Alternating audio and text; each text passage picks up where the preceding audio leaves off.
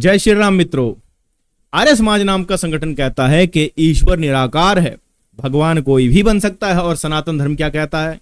भगवान वही है जो ईश्वर का सगुण रूप है। अब प्रश्न उठता है, क्या भगवान और ईश्वर में अंतर है? क्या श्री राम, श्री कृष्ण, नारायण केवल महापुरुष थे? क्या दयानंद जी को भगवान कहा जा सकता है? आज इसी प्रश्न का उत्तर हम शास्त्रों से देंगे और आर्य समाज को उसके ही तर्कों में फंसाएंगे। सनातन शास्त्र क्या कहते हैं? ईश्वर परब्रह्म जो सगुण भी है, निर्गुण भी है। भगवान वही ईश्वर जब अवतार रूप में प्रकट होता है तो उसे भगवान कहा जाता है। भगवान शब्द का अर्थ है भरण पोषण करने वाला, गति देने वाला, विध्वंसक।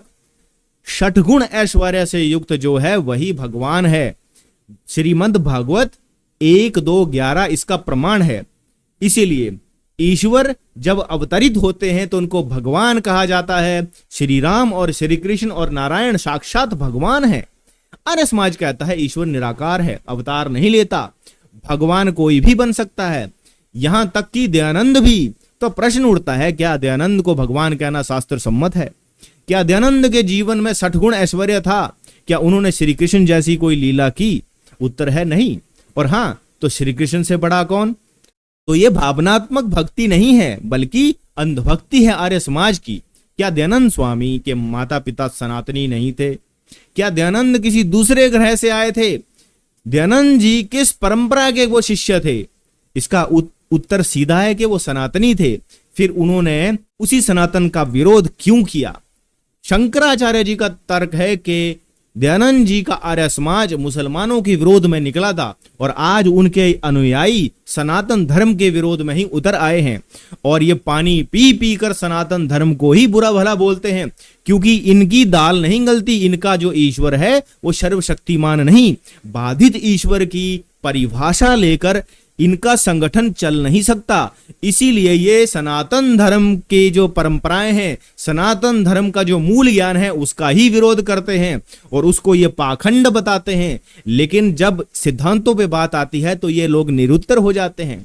आर्य समाज का मोक्ष सिद्धांत, अगर आर्य समाज कहता है कि मोक्ष के बाद जीव फिर जन्म ले सकता है तो इस सिद्धांत से दो समस्याएं पैदा हो गई। कौन सी? कि आर्य समाज के द्वारा जो मोक्ष कहा गया वो शाश्वत नहीं है, यानी कि मोक्ष व्यर्थ है। और यदि जीव फिर बंधन में आया तो वो मोक्ष था ही नहीं।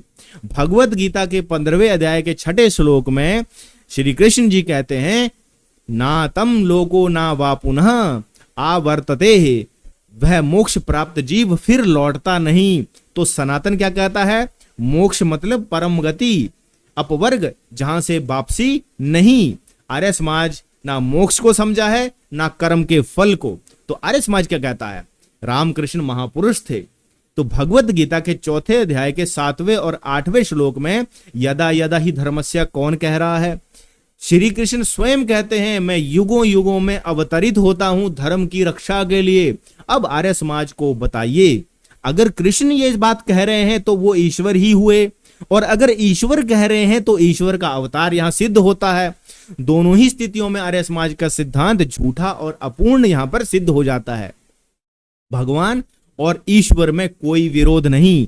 भगवान जो है ईश्वर का अवतारी रूप, इसको समझना चाहिए। आर्य समाज कहे ईश्वर निराकार है, अवतार असंभव है, तो गीता, भगवत गीता, उपनिषद, भागवत सबका खंडन हो गया। श्री राम, श्री कृष्ण को महापुरुष कहना ना केवल शास्त्र विरुद्ध है बल्कि तर्क विरुद्ध भी है।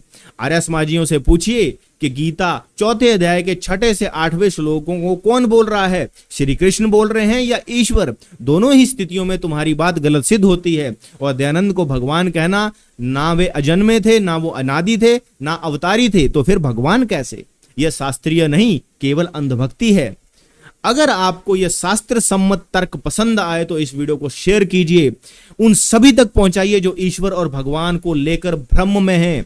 साक्षात भगवान श्री कृष्ण की जय हो। इस चैनल से जुड़िए अगली वीडियो में, जहां हम आर्य समाज के एक और झूठ को पर्दाफाश करेंगे और उस झूठ का खंडन करेंगे शास्त्रों के प्रकाश में।